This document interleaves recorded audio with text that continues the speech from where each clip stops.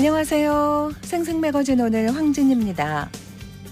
나흘간의 설 연휴 잘 보내셨습니까? 일상으로 다시 돌아오는 길에 찾아온 한파의 기세가 정말 대단합니다.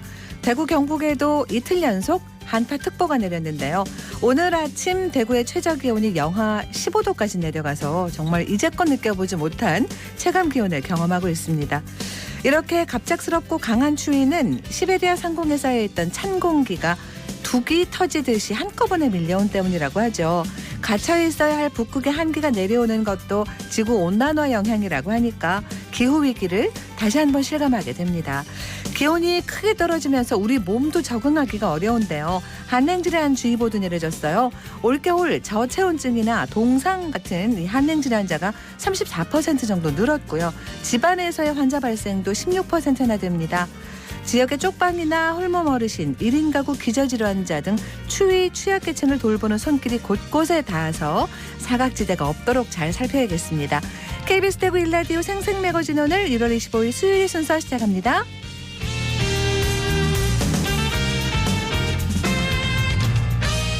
생생매거진 오늘은 대구와 경북 장민 모두가 함께하는 시사정보 프로그램입니다. 오늘도 청취자 여러분 곁에 한 걸음 더 가까이 다가갑니다. 안동, 포항, 울릉 연결해서 날씨와 소식 전해드립니다. 안동입니다. 이 시각 안동과 영주 영하 13도, 예천, 의성 영하 12도를 기록하고 있고 경북 북부 내륙을 중심으로 한파 경보가 발효돼 있습니다. 이번 한파는 이번 주 내내 이어질 걸로 전망되는데요. 바람도 강하게 불면서 체감 온도는 기온보다 5도에서 10도가량 더 낮아 매우 춥겠습니다. 가급적 외출을 자제하면서 건강관리에 유의해 주시고 농축산물과 양식장 냉해에 각별히 주의하시길 바랍니다. 추위 속 건조함도 매우 심해졌는데요. 대부분 지역에서 건조주의보가 발효 중입니다. 보일러나 전열기 같은 난방기구 사용 시 화재가 발생하지 않도록 유의하시길 바랍니다. 안동시는 지방상수도 미공급 지역에 맑은 물을 안정적으로 공급하기 위해 2023년 급수구역 확장 사업을 추진합니다. 현재 안동시 지방상수도 보급률은 93.2%지만 여전히 약 2,700가구, 5,040여 명의 시민들이 지하수의 석회질, 상습 가뭄 문제로 인해 맑은 물을 제대로 공급받지 못하고 있는데요. 이에 안동시는 2020년부터 추진해온 길안면 천지지구 급수구역 확장 사업에 올해 사업비 35억 원을 투입할 계획입니다. 지금까지 안동이었습니다. 이어서 포항입니다. 경북 동해안도 손발이 꽁꽁 어는 듯한 강추위가 이어지고 있습니다. 오늘 아침 최저기온 영하 14도 기록했고요. 한낮에는 기온 조금 올라서 0도가 예상됩니다. 이번 한파 이번 주 내내 이어지고 바람도 강하게 불겠는데요. 건조함도 매우 심해졌습니다. 저녁에 건조특보 연세째 발효 중인데요. 화재 사고 발생하지 않도록 각별히 주의하시기 바랍니다. 천년고도 경주의 관문인 고속철도 신경주역의 명칭이 13년 만에 경주역으로 바뀝니다. 신경주역은 중앙선 동해 남부선인 경주역과의 혼란을 피하기 위해서 신경주역으로 정했는데요. 하지만 2021년 12월 중앙선 동해 남부선 이설로 기존의 경주역이 폐역돼 사라지면서 경주시는 신경주역의 명칭 변경을 추진해 왔습니다. 우선 주민 의견 수렴을 위해 지난해 1월 경주시 지명위원회를 열고 역명 변경안을 만장일치로 의결했고요. 지난해 2월엔 관련법을 근거로 국가철도공단의 역명 개정을 요청하는 등 행정 절차를 꾸준히 밟아왔습니다. 앞으로 경주시는 한국철도공사와 함께 역명 입간판과 열차 안내방송, 예매발권 시스템, 노선도, 시간표와 도로 이정표, 도로명 주소 등을 협의해서 올해 하반기 안에 모든 절차를 완료할 방침입니다. 지금까지 포항이었습니다. 이어서 울릉입니다. 울릉도와 독도는 눈이 내리고 있습니다. 현재 기온은 어제보다 1도 높은 영하 5도, 습도는 93%입니다. 동해 중부 먼바다에는 서풍이 불면서 2에서 4m의 높은 물결이 일고 있습니다. 오늘 여객선은 운항 통제됐습니다. 울릉군에 70cm 넘는 눈이 쏟아졌습니다. 하루 동안 새로 쌓인 눈의 양을 24시간 신적설량이라고 하는데요. 오늘 오전 6시 기준 울릉군의 신적설량은 70.6cm였습니다. 어제부터 쏟아진 눈폭탄에 울릉군에서는 어제 오후 버스 전 노선의 운행이 중지되기도 했었는데요. 현재 풍랑으로 인해 통제된 일부 구간을 제외하고는 1주 노선 버스는 운행 중에 있고요. 1주 노선이 아닌 노선은 모두 운행 중지인 상태입니다. 기상 악화로 포항과 울릉으로 가는 여객선 운항 역시 통제돼 귀성객과 관광객들 역시 고립된 상황인데요. 선사 측은 관광객 등 100여 명이 섬에 발이 묶인 것으로 파악하고 있습니다. 울릉군은 보유한 장비를 총동원해 제설 작업을 하고 있고 비상근무에 들어갔습니다. 한편 기상청은 오늘 늦은 오후까지 울릉군에 5cm의 눈이 더 내리고 모레 저녁부터 또다시 눈이 내릴 것으로 내다봤는데요. 눈길 다니실 때는 각별히 주의하시고요. 동파 피해 없도록 신경 쓰셔야겠습니다. 지금까지 울릉이었습니다.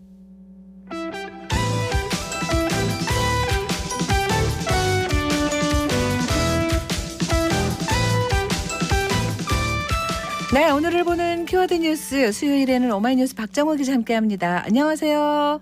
안녕하십니까? 네, 새해 복 많이 받으세요. 네, 새해 복 많이 받으십시오. 첫 번째 키워드 뭔가요? 네, 파워풀 대구입니다. 네, 대구의 새 슬로건이죠? 네, 그렇습니다. 이 대구시가 이제 대외적으로 파워풀 대구의 도시 브랜딩에 집중하겠다라고 밝혔는데요. 네. 지난해 대구시가 이제 대구의 이제 다양한 이 자원에 대한 긍정적인 이 도시 이미지 전달, 그리고 도시 경쟁력을 높이기 위한 도시 마케팅 전략으로 현장형 도시 브랜드 존, 그리고 SNS 시민 참여 공모전, 포털 사이트 브랜드 검색 광고나 도시철도 이용 광고 등에 주력을 해왔는데요. 네. 특히 예를 하나 들어보자면 동대구역 광장에 반갑다 대구, 파워풀 대구 전시관, 이거는 대구 미래 50년에 대한 시민 이해와 다양한 도시 브랜드 콘텐츠를 소개해서 전국적인 관심을 모으기도 했습니다. 그래서 대구시는 올해 대구가 다시 힘차게 우뚝 솟아오른다, 이런 의미의 대구 굴기 원년을 맞아서 대외적으로 찾아오고 싶은 도시 인프라를 좀 알려서 도시의 브랜드 가치를 향상시키겠다, 또 도시에 대한 애착심과 자부심을 부여하는 것을 이번 도시 브랜딩 이 마케팅 목표로 설정하고 있습니다. 네. 세부적으로 좀 살펴보면 대구시는 이 도시 브랜드 마케팅을 강화하기 위해서 4월부터 11월까지 전국 권역별 주요 도시 6곳과 동대구역, 또 엑스코 등을 돌면서 대구의 스토리텔링 콘텐츠를 오프라인, 온라인 전시하고 공유하거든요. 네. 이게 이제 다른 이제 시와 이제 도의 관문 지역, 홍보관, 박람회, 다중이용 시설 등을 선정해서 이목을 집중시킬 수 있을 만한 창의적인 전시물, 또 포토존을 만들어서 다양한 도시 브랜드 콘텐츠를 선보이겠다, 이런 또 계획도 밝히고 있습니다. 네. 어쨌든 이제 많이 좀 알리고 친숙해져야 대구에 대한 이미지도 좋아지고 더 많은 사람들이 찾아오게 되겠죠. 그렇죠. 그래서 시민과 좀 친근하게 소통하는 이 도시 달구벌 수다를 뜻하는 도달수 캐릭터, 이 다양한 콘텐츠로 오프라인, 온라인 공유를 하고 시민에게 더욱 사랑받는 캐릭터로 발전시키겠다, 이렇게 또 강조하고 있습니다. 그래요. 근데 또 이 영남권 지역민들 대상으로 설문조사를 한 걸 보니까 대구가 만족도가 가장 높았다고 하더라고요. 네, 그러니까 이 대구 이 지역도 이제 후보로 들어가서 영남권에서 쭉 살펴보면 네.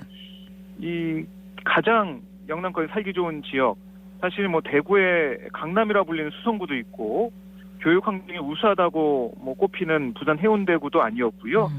경제와 문화가 좀 어우러져 있다는 평가를 받고 있는 대구 달성이었습니다. 네. 그러니까 이번에 성신여대 데이터 사이언스 센터와 K스탯 공공사회정책연구소, 충북대 국가위기관리연구소 등이 최근 전국 229개 시, 군, 구를 대상으로 2023년 사회안전지수 살기 좋은 지역, 이걸 조사했는데 네. 영남권만 끼워놓고 봤더니 1위가 대구 달성, 2위가 대구 수성구, 3위가 대구 중구였어요. 네. 그러니까 영남권 전체 70개 지자체 가운데 대구가 1위부터 3위를 싹쓸이했습니다. 네. 특히 이제 달성구 같은 경우는 경제 활동과 생활 안전, 건강 보건, 주거 환경 같은 4개 분야에서 고르게 높은 점수를 받아서요. 예. 특히 이제 생활 안전 분야에서 긍정적인 평가를 받은 게 높은 순위를 얻게 된 계기가 된 것 같고요.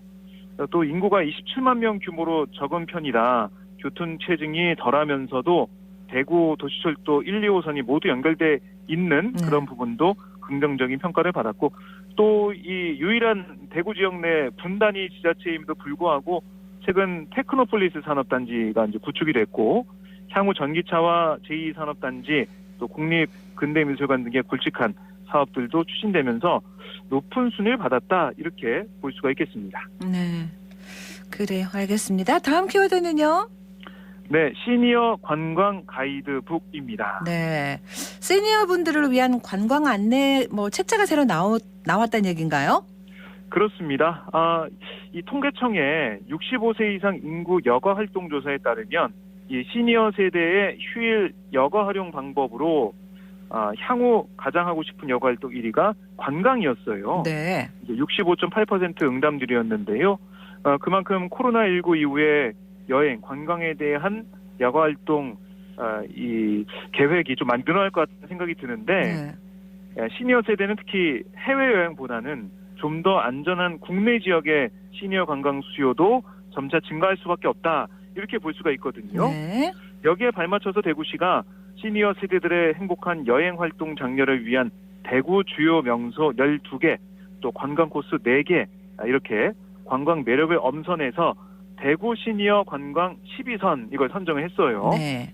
그래서 이번에 선정한 과정을 보니까 시니어 관광 문헌 고찰로 한국관광공사 시니어 관광객 인기 목적지 10개소 후보를 선정했었고 또 대구시 문화관광 해설사 설문조사로 시니어 관광지 20개소 후보를 선정했고 또 시니어 관광객 대상으로 심층 인터뷰까지 했어요. 예. 그래서 여러 가지 평가 지표에 의해서 12개소의 시니어 관광지가 최종 선정이 됐습니다. 많이들 궁금하실 텐데 직접 확인하시는 방법이 있죠. 이번 가이드북 이게 시니어 세대들의 적합한 보행 환경, 경사로, 휴게시설, 다목적 화장실, 물리적인 이 무장애 관광 정보를 안전한 관광 환경 중심으로 소개를 했고 예. 특히 시니어 관광지를 소개하는 글자 크기를 최대한 확대해서 제작을 했습니다. 그래서 이게 현재 12개소의 대구시 노인복지관에 비치되어 있고요. 대구 관광정보센터, 또 동성로, 동대구역, 대구국제공항, 대구 경북 관광 안내소에도 비치가 돼 있어요. 네. 이런 것들 참고하시면 대구를 더 즐겁게 또 속속들이 관광하고 알아갈 수 있을 것 같습니다. 네. 자, 다음 키워드는요? 네, 85.5%입니다. 꽤나 높은 수치인데 뭘 뜻하는 수치일까요? 네, 대구소방안전본부가 지난해 그러니까 2022년도 화재 현장 7분 이내 도착률이 85.5%였는데요. 이게 전국 3위 성적입니다. 그러니까 왜 7분이라고 얘기를 하냐면 네. 화재 현장 골든타임 이게 신고 접수부터 현장 도착까지 7분으로 판단하고 있거든요. 네. 그러니까 7분 안에 들어온 게 중요한데 도착률 85.5%나 되는 상황입니다. 네네. 그러니까 1분 1초가 시급한 화재 현장에서 소방차의 도착 시간 이게 사실은 구조 대상자의 생존율을 높이고 재산 피해를 줄이기 위한 중요한 요소인데요. 대구 소방이 지난해 발생한 1250여 건의 화재를 분석한 결과 7분 이내 현장 도착률 이게 2021년도에 비해서 0.2% 상승한 85.5%였고요. 네. 평균 도착 시간도 5분 32초로 나타났습니다. 그러니까 빨리 정말 현장에 출동하는 모습인데 이게 서울 93.7%, 부산 86.6%에 이어서 전국에서 세 번째 높은 기록이었고 대구 소방 쪽의 얘기를 들어보니까 질터주기에 적극 협조해 주신 높은 시민의식과 또 데이터 분석, 지리조사, 위치정보 시스템을 활용한 출동로를 사전 파악한 이런 부분들, 소방차 길터주기 훈련과 홍보, 아울러 불법 주정차 단속 강화 이런 것들을 도착률 상승의 원인으로 분석했고요. 네. 결국 시민분들이 얼마나 좀 협조를 해주느냐 그쵸. 여기에 따라서 우리 이 국민들 시민들의 생명과 재산을 얼마나 잘 지킬 수 있느냐 이게 달려 있는 것으로 보입니다. 그래서 최근에 그 소방 안전 지도를 또 구축을 했는데 그러니까 네. 이런 거를 활용을 많이 하면 또 더 도움이 되겠죠. 맞습니다. 네. 소방 안전 지도 이게 뭐가 있냐면 대구 관내 소화기, 그다음에 비상 소화 장치함, 그리고 자동 심장 충격기 네. 이런 생활 안전에 필요한 소방 시설이나 또 응급처치 장비를 누구나 쉽게 찾고 사용할 수 있도록 설치 위치를 지도에 표시한 거거든요. 예. 지도에 표시된 도구를 클릭하면 설치된 상세 위치와 긴급 상황 발생 시에 사용할 수 있는 방법, 이거 동영상을 보여줘요. 그래서 대구 소방 얘기를 들어보면 시민들이 보다 쉽게 소방 안전 인프라를 활용할 수 있도록 공공 웹, 앱 개발을 추진했다고 설명했거든요. 네네. 그래서 소방안전지도 대구 소방 홈페이지 배너의 QR 코드나 아니면 이 앱 스토어에서 다운받으면 돼요. 네. 그러니까 찾아보시면은 도움이 될 것 같고요. 이게 결국에는 시민들이 좀 더 빠르게 신속한 초기 대응할 수 있는 부분들이 중요하기 때문에 소방 당국도 열심히 활동하고 일을 해야겠지만은 시민들도 이런 도구나 이 사용 방법을 알아놓는 거 좋을 것 같습니다. 그렇습니다. 자, 다음 키워드는요? 네, 영업시간 원상복구입니다. 네, 안 그래도 이 코로나로 실내 마스크 쓰는 게 의무였는데 이게 이제 30일부터 해제가 되는 거잖아요. 그죠? 그렇습니다. 그러면서 은행들 영업시간을 다시 원상대로 복구한다면 이런 얘기죠? 네, 그러니까 코로나19 이 사태 때문에 은행 영업시간이 이 오전 9시부터 그러니까 오전 9시에서 오전 9시 반 이렇게 여는 시간이 30분 늦춰졌고 네. 그다음에 닫는 시간이 오후 3시 반으로 30분 빨라졌어요. 네네. 그러니까 그만큼 고객들 입장에서는 은행 가기 어렵다. 은행에서 일 보기 너무 쉽지 않다. 이런 얘기를 많이 하셨잖아요. 중간에 점심시간에 또 문을 닫았어요. 그런 것도 있었죠. 네. 그래서 이래저래 은행의 문턱이 높다 이런 말씀 많이 하셨잖아요. 네. 그래서 30일부터 이제 이 실내 마스크 착용 의무가 해제되고 권고로 바뀌기 때문에 코로나19 상황이 끝났으니까 이제는 다시 예전으로 돌아가야 되는 거 아니냐 이런 얘기를 하고 있는 거거든요. 네네. 그래서 아마 지금 노사 간에 좀 여러 가지 입장이 다른 부분도 있었습니다. 예. 그러니까 은행 사측에서는 코로나19 이전으로 가야 된다 이런 얘기를 했지만 네. 이 노조 측에서는 아니 그러면 이게 폐점만 30분 늦추자. 왜냐하면 방문객이 아침 시간대에 적고 네. 직원 건강도 중요한 게 아니냐라고 하면서 좀 늦게 여는 거는 30분 늦게 여는 건 계속 가고 예. 폐점만 예전으로 돌아가자 이렇게 얘기했는데요. 네네. 하지만 노사 양측이 시민들의 우리 국민들의 의견을 좀 받아들여서 다시 예전으로 돌아갈 가능성이 높은 그런 상황입니다. 그런데 가뜩이나 지금 7,300개 유급화 같은 은행권 점포 수가 6,100개로 쪼그라들었거든요. 네네. 그래서 이번 기회에 은행들이 영업시간 정상에 그치지 않고 저녁이나 주말에 운영하는 탄력 점포를 확대하던가 점포를 좀 유지해가지고 국민들의 특히 고연령층의 맞습니다. 은행 활용이 좀 많이 필요한 상황이거든요. 예. 이런 것들 좀 충족시킬 수 있을지 좀 더 봐야겠습니다. 알겠습니다. 오늘 여기서 마무리할게요. 고맙습니다. 네, 고맙습니다. 네, 오늘을 보는 키워드 뉴스 수요일에는 박정호 기자, 오마이뉴스 박정호 기자와 함께했습니다.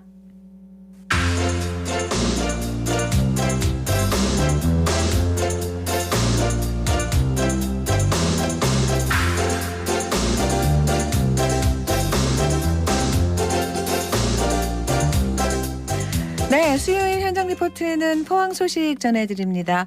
매서운 고용 한파 속에 장애인들에겐 취업 문턱이 더 높은데요. 발달 장애인들이 근무하는 사회적 기업 포항 바이오파크 김유경 리포터가 소개합니다. 유경 씨 안녕하세요. 네, 안녕하세요. 네. 네, 현재 바이오파크에는 발달 장애인들 위주로 60여 명이 일을 하고 있습니다. 직원들은 일반 직장과 동일하게 면접 과정에서 실제 근무장에서 제 역할을 해낼 수 있는지 보는 작업 평가와 함께 여러 가지 테스트를 거치게 되는데요. 네. 여기서 일을 하고 이후에 외부 시설에서도 재수업할 수 있게끔 훈련하는 일종의 훈련 기간의 역도 하고 있습니다. 또 장애인 고용복지공단과도 연계가 돼서 다른 사회적 기업으로도 외부 취업을 한다고 합니다. 자세한 이야기는 곽영일 원장 통해 들어보시죠.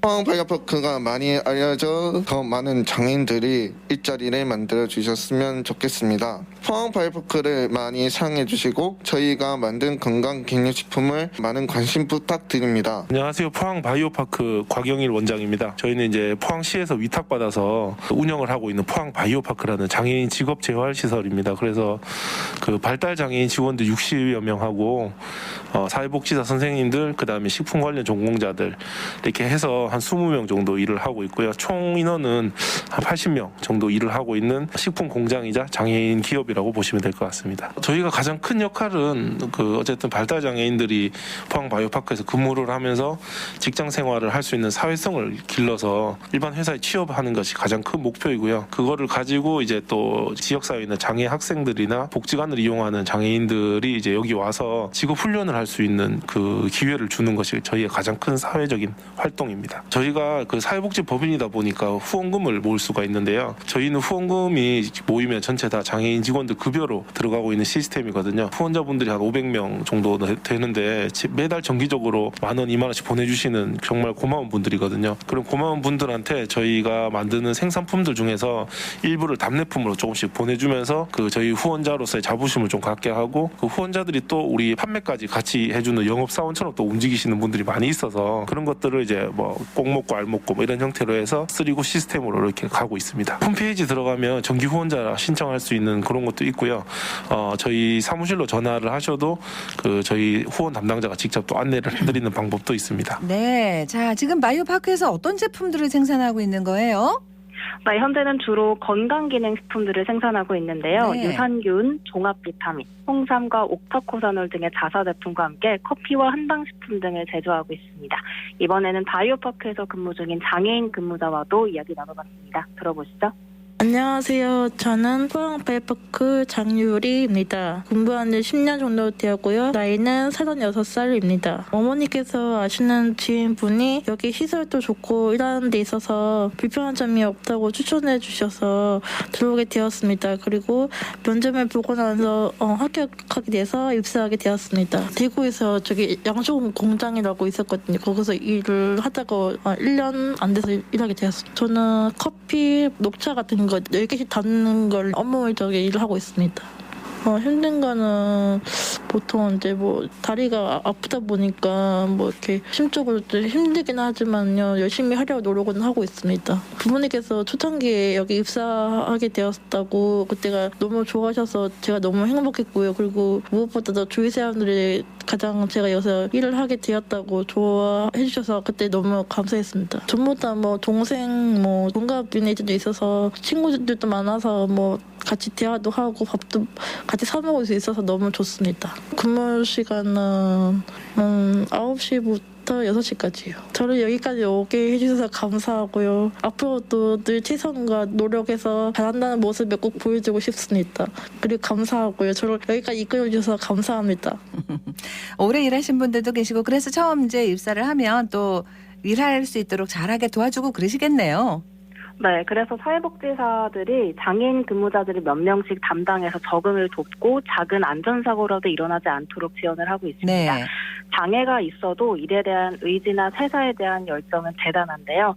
바이오파크에서 생산된 제품들을 많은 사람들이 알아줬으면 한다고 했습니다. 네. 다른 근무자들과도 이야기 나눠봤습니다. 들어보시죠. 안녕하세요. 저는 장우근이라고 합니다. 포항 바이오파크에서 근무한 지 1년 정도 되었습니다. 장애인식 개선 교육 강사로도 활동을 했었습니다. 경북 장애축구팀 활동을 하며 광영일 원장님을 알게 되었고 원장님이 근무하시는 포항 바이오파크에서 같이 일하고 싶었습니다. 채용 공고를 기다리다 기회가 생겨 지원하게 되었습니다. 커피 생산과 건강기능식품 포장하는 작업을 하고 있습니다. 좋은 거는 다 근로자들 함께 친하게 지내고 행복하고 일도 재밌고 뿌듯합니다. 포항 바이오파크가 많이 알려져서 더 많은 장애인들이 일자리를 만들어 주셨으면 좋겠습니다. 포항 바이오파크를 많이 사랑해 주시고 저희가 만든 건강기능식품을 많은 관심 부탁드립니다. 네, 안녕하세요. 저는 근로지원이라고 일하고 있는 엄태웅입니다. 능력별에 따라서 이제 잘하는 친구들은 이제 생산도 하고 생산 보조도 하고 이제 나머지는 이제 포장을 하고 있습니다. 생산은 선생님들이 안 계셔도 자기들이 이제 주도적으로 이제 역할을 할 수 있는 그런 능력까지 올라온 친구들이 있고 생산 보조는 이제 말 그대로 선생님 옆에서 필요하다 딱 움직이고 이제 보조를 하고 있습니다.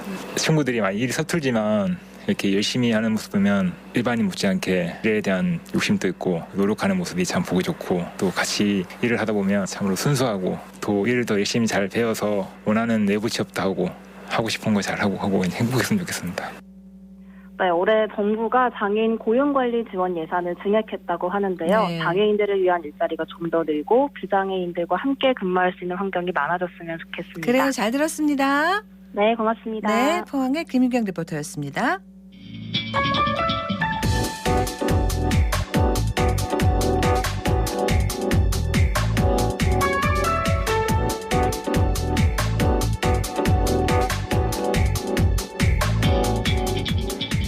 묻고 듣고 생각과 마음을 나누는 방송.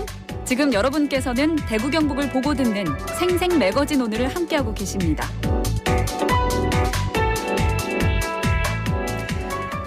각 지역마다 문화 인프라에 대한 이야기를 할 때 보면 그 공공도서관 얘기가 빠지질 않습니다.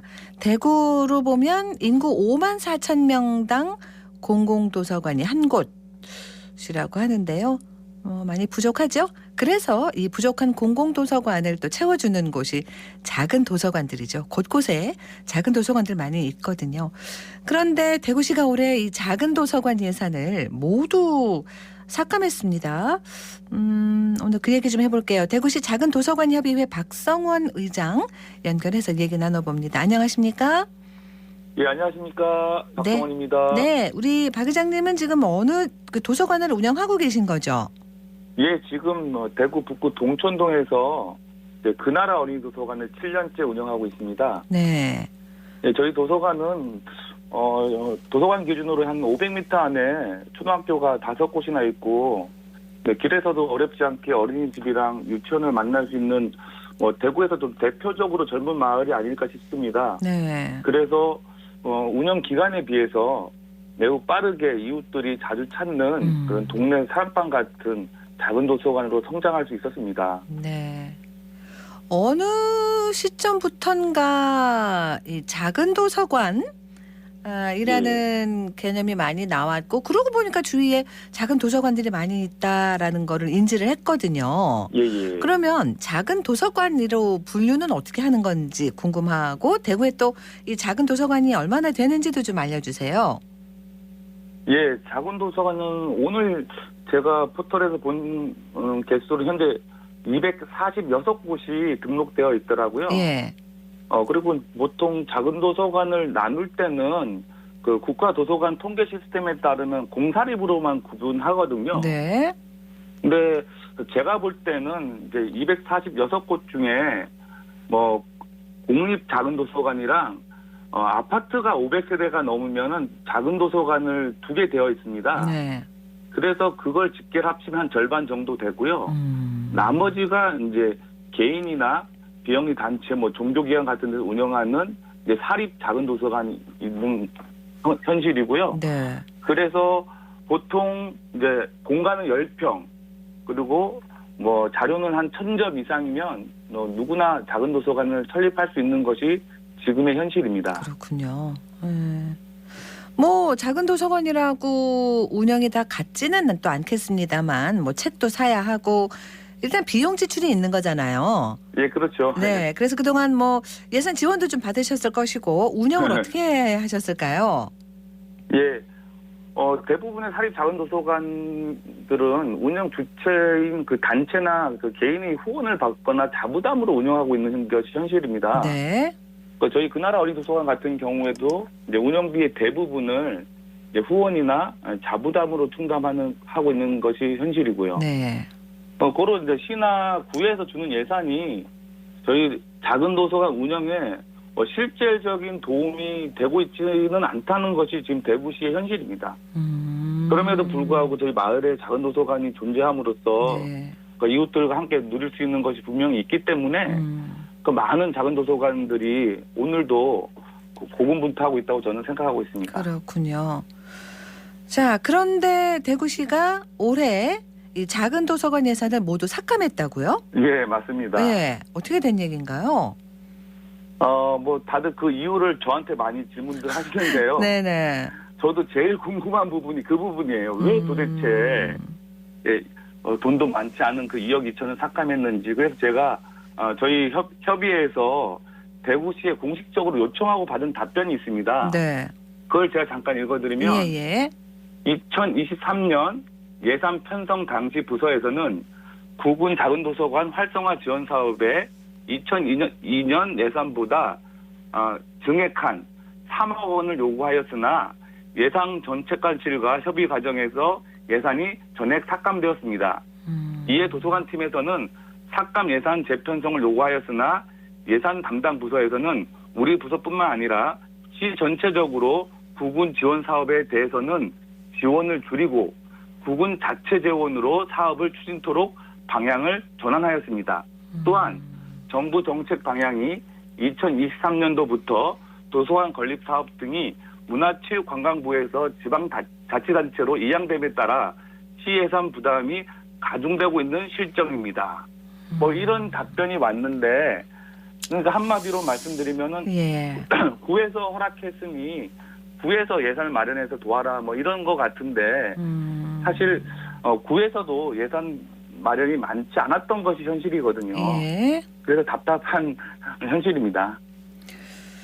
뭐 몇 % 정도 삭감 뭐 이런 얘기도 아니고 그냥 싹 없애버렸다는 얘기잖아요. 네, 맞습니다. 그럼 사전에 이 내년 예산 이렇게 될 듯 합니다라든지 뭐 그 지난해에 그런 얘기가 있었어요? 아니요, 공식적인 루트로 뭐 연락을 받은 거는 전혀 없었고요. 네. 다른 사업을 의논하는 과정에서 우연히 이제 예산 전액 삭감 소식을 들었습니다.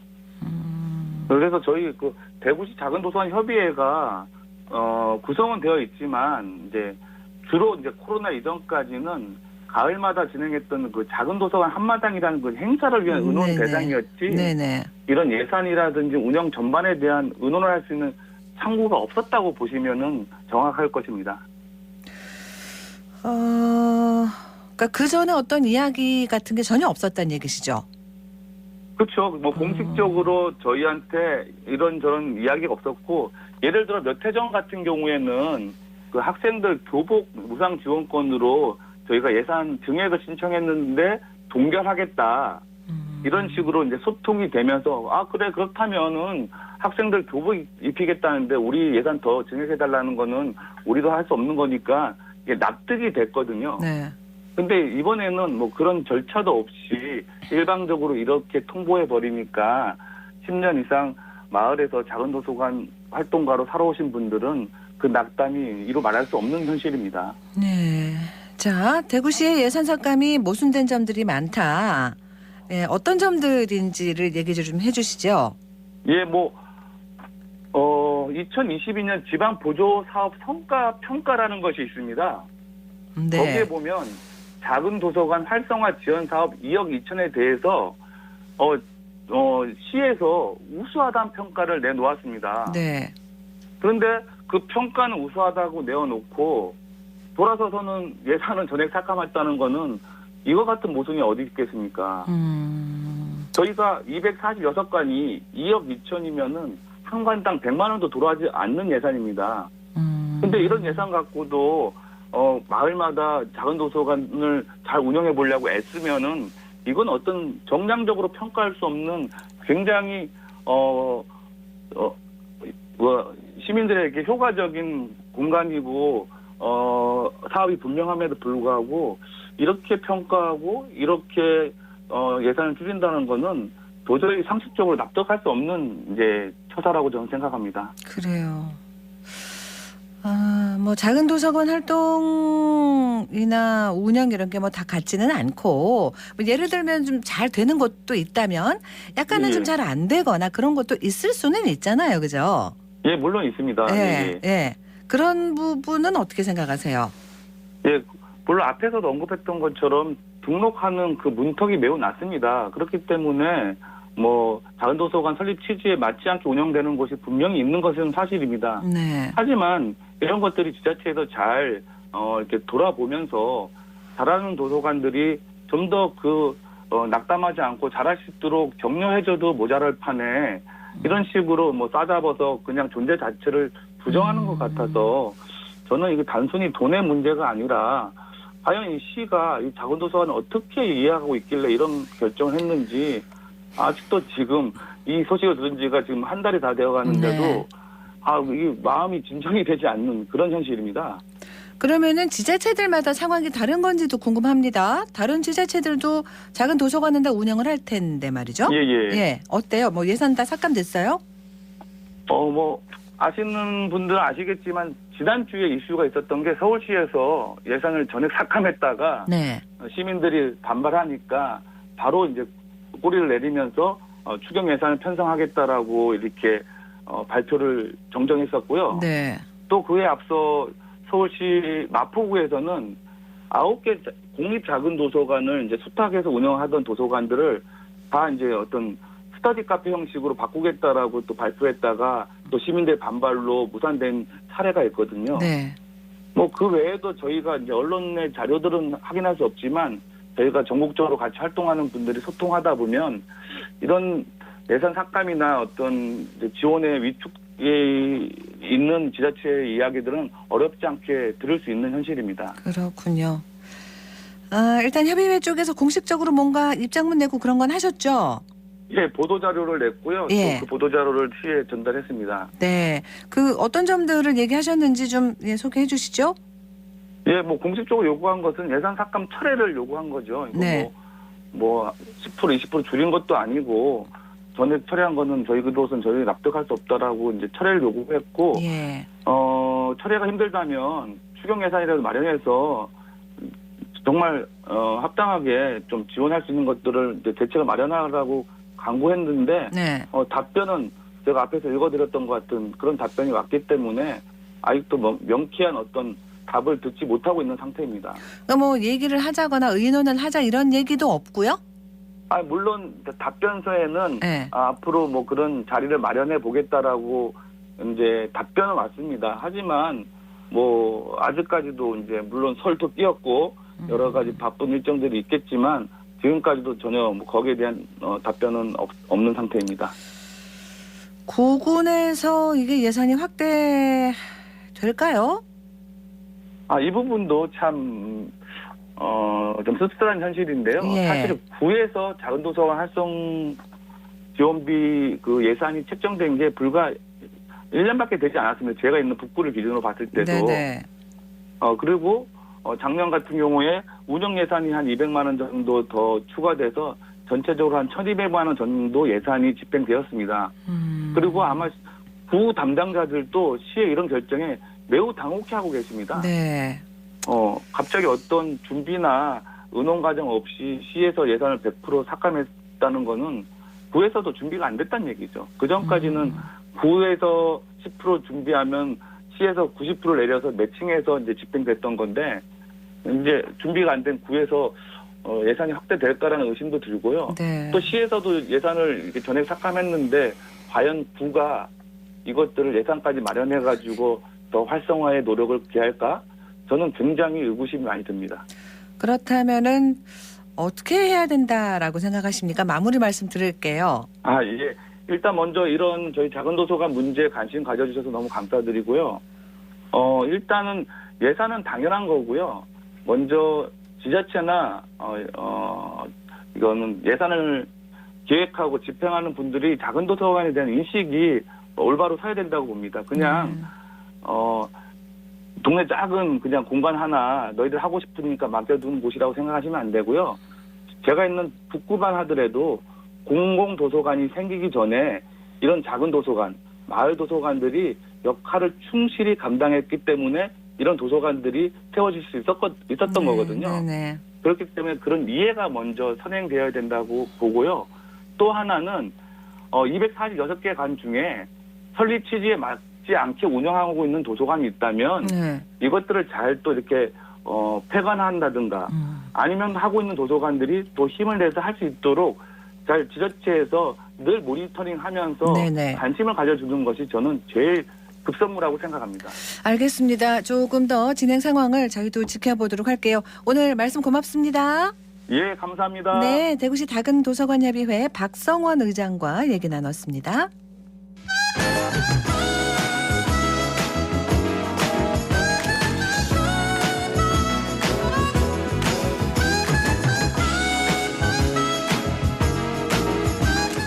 네, 답은 공익과 공동체 답공공. 오늘은 대구시 사회적경제지원센터 이현승 팀장 함께합니다. 어서 오세요. 안녕하세요. 네. 자, 오늘 어떤 기업 소개해 주시게요? 네, 진행자님. 복싱 배워본 적 있으세요? 보기는 봤는데 그렇죠. 배워보진 않았습니다. 네, 요즘 성별을 떠나서 다이어트나 생활 운동으로 많이 하는데요. 그렇더라고요. 네, 그래도 아직까지는 4강의 링 위에서 펼쳐지는 거친 운동. 접근하기에는 쉽지 않은 운동이라는 이미지가 맞아요. 네, 남아있어요. 그렇습니다. 네, 복싱은 신체만을 활용해서 하는 운동이라 기초 체력을 기르고 신체의 고른 발달을 만들 수 있는데요.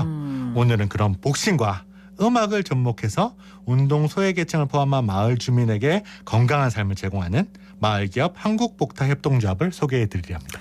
한국복타협동조합이요? 네, 복타. 네, 복타가 뭐예요? 네, 복싱 타격.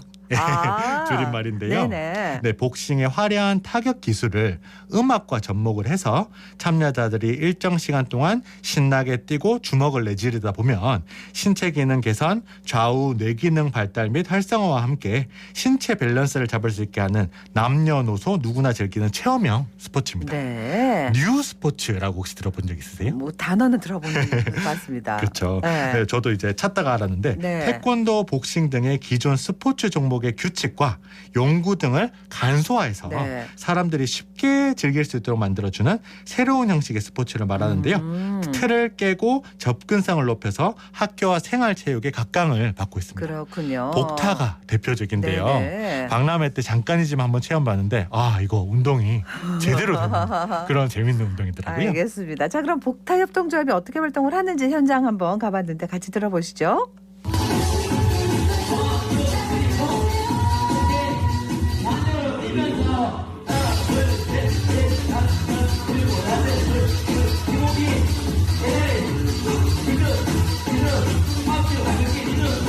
저는 달서초등학교 5학년 이하영이라고 합니다. 그건 운동도 될 겸 신날 것 같아서 참여하게 됐습니다.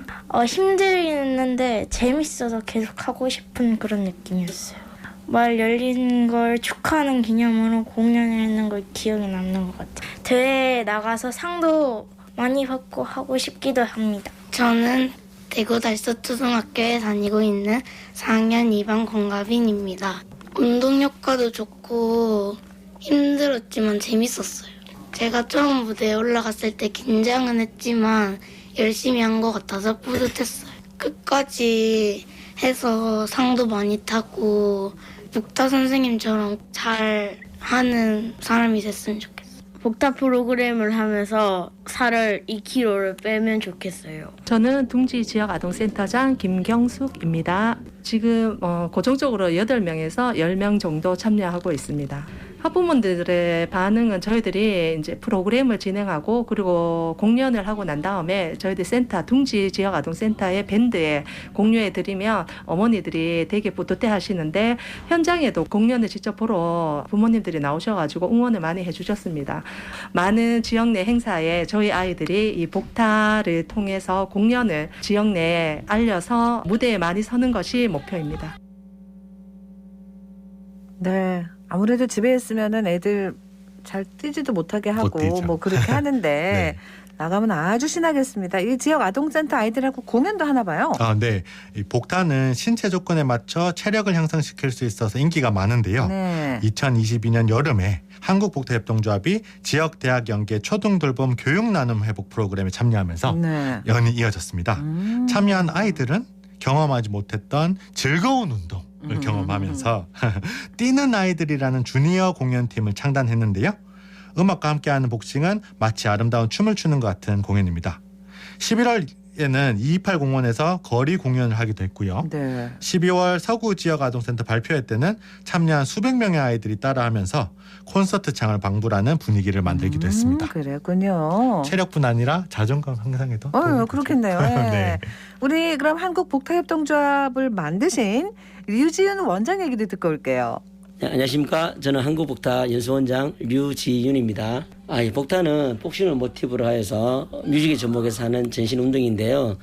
이제 누구나 쉽고 즐겁게 할 수 있는 게 포인트고요. 그리고 연령대는 유아부터 성인, 시니어, 장애인 그리고 모든 다문화 가정들이 지금 함께하고 있습니다. 예, 저희들 미션이라면 늘 말씀드리는데 저희들 유스포츠 운동으로서 운동 프로그램을 모든 국민이 다 할 수 있도록 보급하는 것이며 그리고 특히 저희들은 운동이다 보니까 청년 인재 양성을 많이 하고 있습니다. 그래서 일자리 창출에도 많이 기여하고 있고요.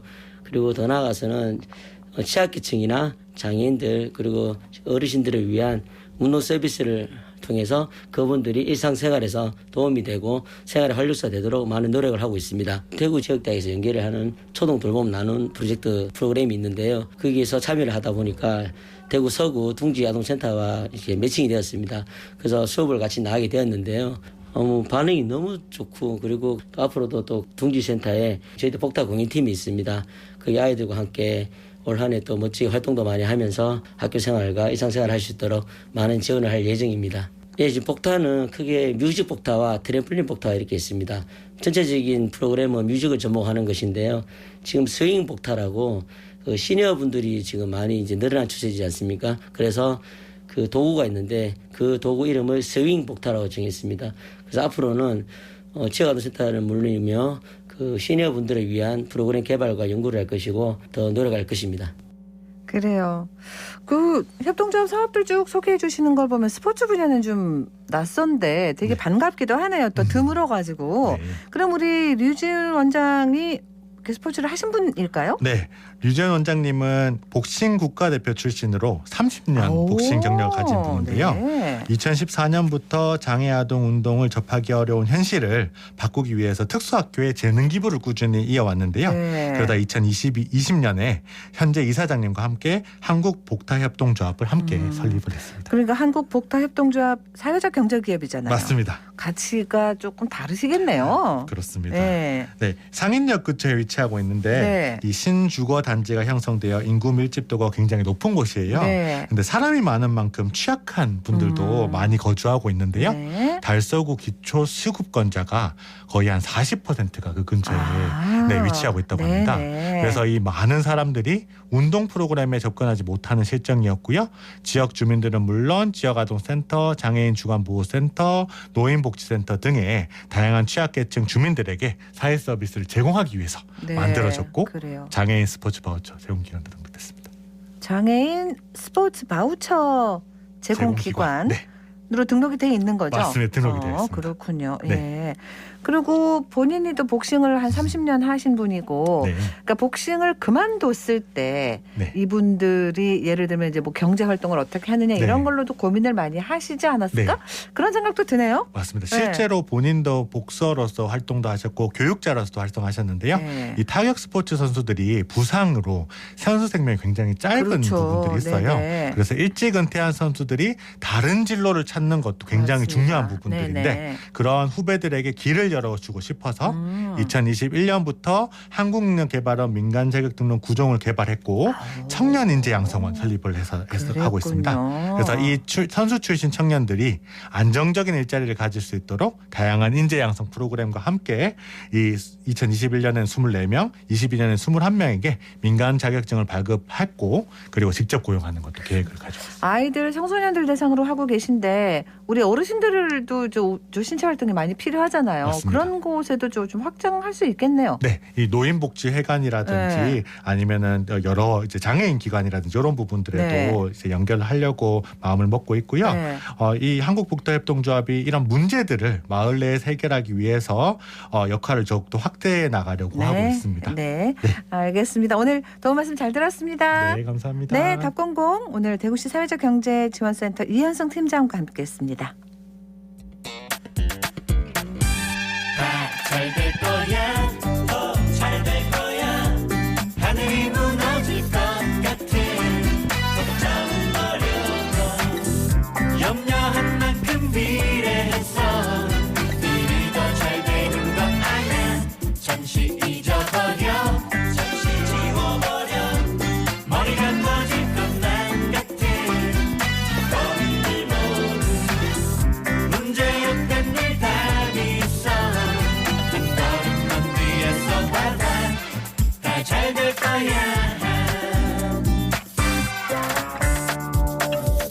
조금 느리게 산다는 게 그리 나쁜 것만은 아냐. 너무나 빠르게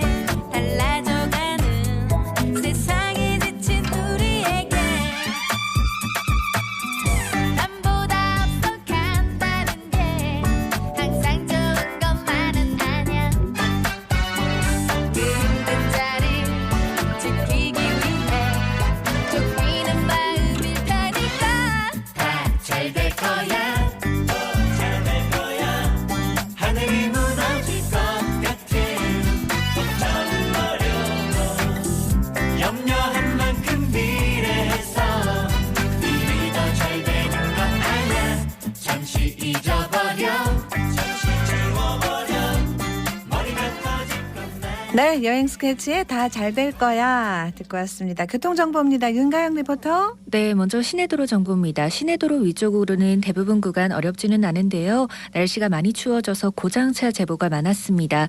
겨울철 차량 관리는 선택이 아닌 필수라는 점 잊지 마시고 늦기 전에 차량 점검 꼭 하시길 바라겠습니다. 신천대로는 서대구 나들목 방향으로 막힘없이 이동하는 모습이고 반대 상동교 방향으로도 흐름 좋습니다.